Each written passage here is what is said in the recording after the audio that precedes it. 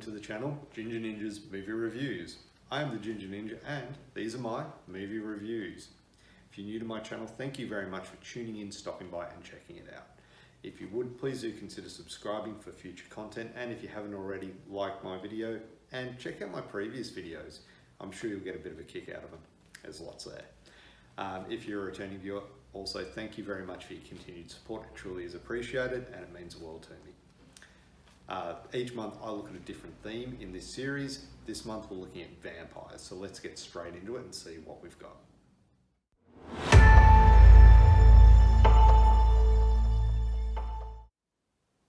Okay, and welcome back, and welcome to the very final in the series of vampire films that I've been looking at. Now I have focused mainly on Dracula, and this one is no exception. This is actually a viewer request. This comes from my mate Lord VZ on Instagram, so go check him out. Thank you very much for this one. It's been a while since I watched it, and it was a really good watch, so cheers. That being said, Bram Stokers Dracula from 1992. This is my Blu-ray edition. There is a bunch of special features on here, but I won't go through them because there's a lot there. Now this was directed by Francis Ford Coppola. Came out in 1992, so it is 30 years old. If you do give this a rewatch, bear that in mind. Now it does star Gary Oldman, Winona Ryder, Sir Anthony Hopkins, Keanu Reeves and many more. Now we'll be discussing the plot, so there may be spoilers ahead. If you have not seen this, you have been warned. So this movie is closely based on Bram Stoker's classic novel Dracula. So as with all these ones, they do base it on it and they do expand upon it in certain ways. Some of them bring it forward, some of them set it back in, ye olde England times. This one is no exception. So, the cast. What a cast. This has an absolutely fantastic cast. You've got Gary Oldman, you've got Sir Anthony Hopkins, Carrie Yules. All the cast really do a fantastic job and they give it their all. And you know what, say what you will about Keanu Reeves and his accent in this film, but I think he did a fine job. I had no problems with him at all. Writing. So, the writing in this film is being based on the traditional tale of Dracula.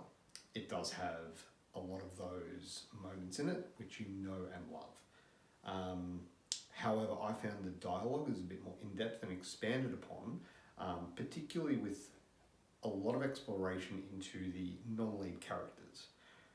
And by non-lead, I mean like Dr. Jack Stewart, played by Richard E. Grant. You see his medical facility, his insane asylum where Renfield is held, and his exploration of Renfield. So that was really cool to see. The directing and cinematography in this film, it's Francis Ford Coppola, come on. It's phenomenal. It's beautifully shot scenes. And the cinematography is, at least for the time, I mean it was 30 years ago, like I said, it does look a bit dated in HD, but it still looks amazing. The sets overall are amazing, they look fantastic. The transitions from one scene to the next are all done really well, and there's a lot of really nice set pieces in there to watch, like that I thoroughly enjoyed. The scene where Sir Anthony Hopkins' character, which is Van Helsing, is discussing what they need or what they've done to Lucy.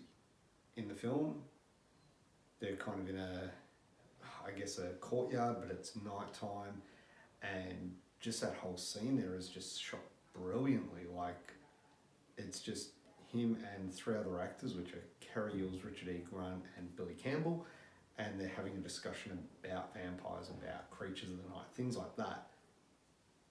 Wow. It's just shot really well. The dialogue is done really well in that particular scene. I mean, there are so many scenes with Gary Oldman where it's brilliantly shot and the dialogue is delivered perfectly, but I feel that's been discussed many, many times.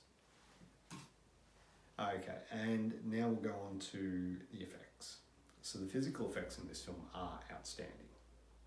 They really are. There's the scenes where Gary Oldman is an older, more elderly Count Dracula.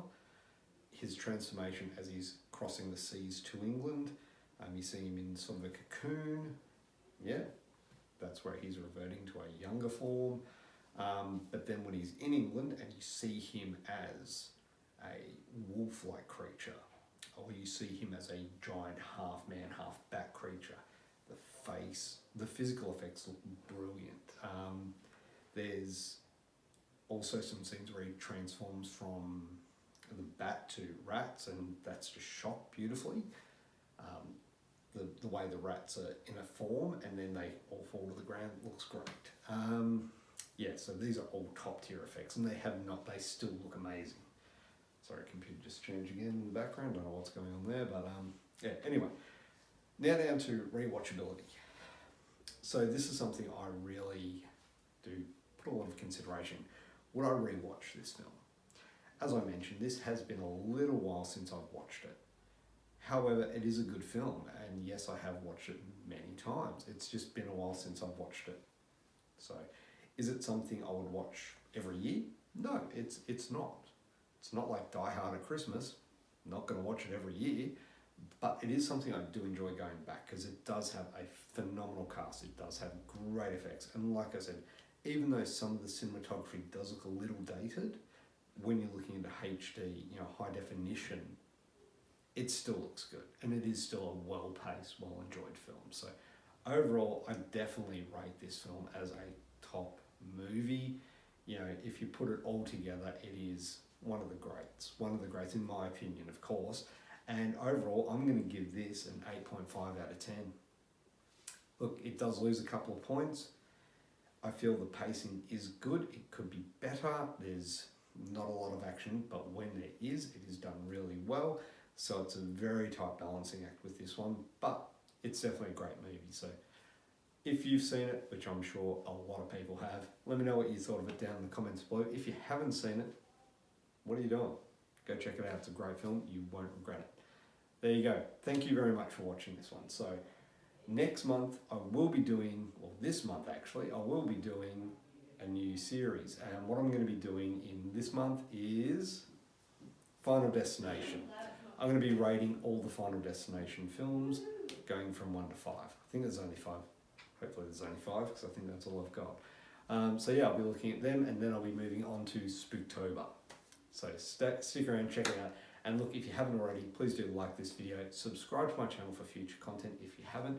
And hey, like I said, leave a comment down below. Let me know what you want to see in the future, so that way I can look into doing that as well. Thanks for watching. Have a good one.